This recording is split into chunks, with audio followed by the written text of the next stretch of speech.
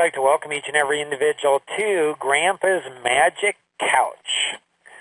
Always love these. These are like the highlight of my week, and being able to go through and connect with my grandchildren and then the grandchildren from all around the world.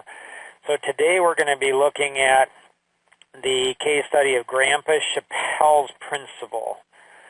Now, this is an interesting principle because it's teaching, helping a teenage boy realize that he's not so smart in a kind way. I'm going to be sharing this on behalf of Tom Kuntz and his grandfather, Grandpa Chappell. And when I heard this principle, it was like, you got to be kidding. Like, my grandfather never told me that. Like, wow, and that's the beauty of the Grandpa's Magic Couch, because it takes the wisdom of all grandfathers from all ages, all around the world, and it brings those to the next generation and creating an amazing legacy. So the principle is, we aren't as smart as we think we are. It serves us best to journal, be humble, and embrace the words of wisdom from others. Now, Tom was a teenage boy, and his grandfather said to him, Grandpa Chappell said to him, Tom, I'm going to share something with you now, and it's probably not going to have a lot of meaning to you now, but all I'd ask is that you write it down, and because it will serve you well, really well, in the end. And it's interesting to me how often teenagers think they know a lot, and then they become adults, and they are confident they know a lot.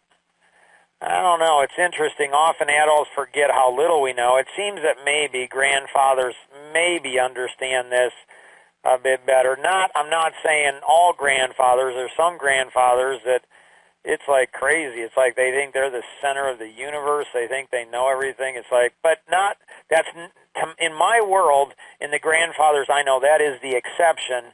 That is not the rule. The rule is they seem to know and recognize that, we're not as smart as we think we are.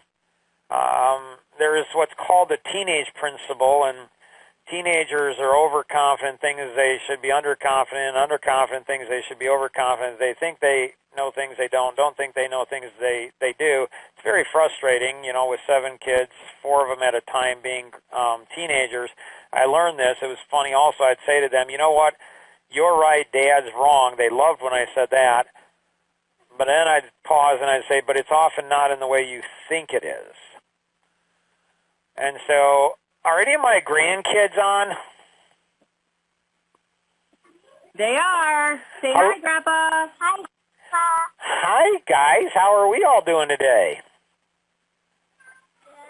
Good. Good. So, is my oldest grandson on, Daniel? He is, but he's doing the stubborn bit. Oh, I always love when he gets stubborn. That's my favorite side of him, when he gets stubborn. He's probably a little stubborn because he's a teenager. He's officially 7 years old, but I'm pretty sure he thinks he's 17. We went to the park, Daniel, who's 7, and Trevor, who's 5, the other day, and Daniel was sharing with Grandpa how he was so fast even the wizard couldn't catch him. And he's just so fast, and so he took off running, and Grandpa even caught him very quickly. So Daniel recognized he's not as fast on his feet as he is in his mind, which will serve him well if he internalizes that lesson better. Trevor, he learned that, if you work hard, then you earn money. Daniel learned that often what we think isn't fair in life is often very fair. And what we think is fair is often very, very unfair. They're learning at 5 and 7 some amazing things. Is Lily on? Lily, are you on? Lily.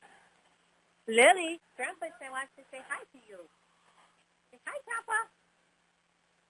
Say hi. She's a little shy. Hi, honey. Can you tell everybody all over the world, if you make good choices, what happens?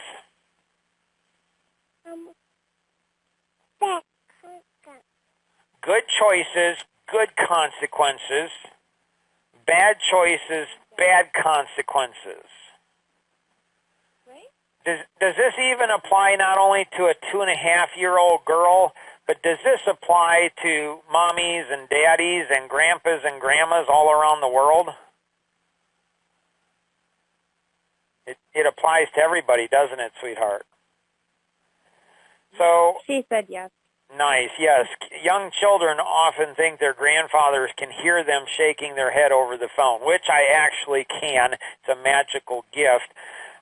If you have any questions on anything we covered today and you say, wow, this is pretty cool, I'm not sure what it all meant, well, then obviously you got to join Engineer Clarity because you don't understand the significance of it. But through Engineer Clarity, you can, you will. There's a lot of, as business owners, there's a lot of our employees that might not understand these concepts, like the Grandpa Chappelle principle. Unbelievable.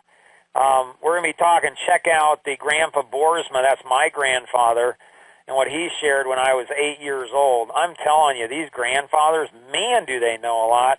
If you haven't registered for EC2, make sure you do that. clarity.dna4success.com/EC2-start. Simple, easy peasy. And we're going to be going into the EC2 Q&A, which is even more fun. It's the internalization of this. And here's a short media break. Here we go.